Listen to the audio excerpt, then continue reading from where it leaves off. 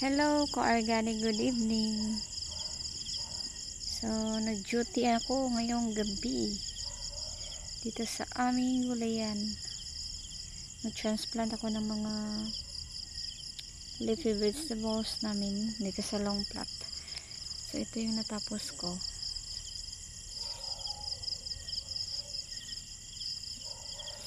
Tapos yan siya na plot. Hanggang doon sa dulo.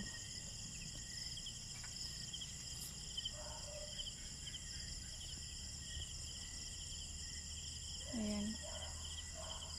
Ano ito siya? Bok choy and pichay.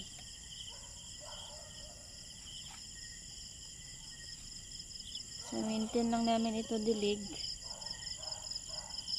and dilig hanggang sa ready na siya i-harvest. Yun. Yun, hanggang doon sa dulo.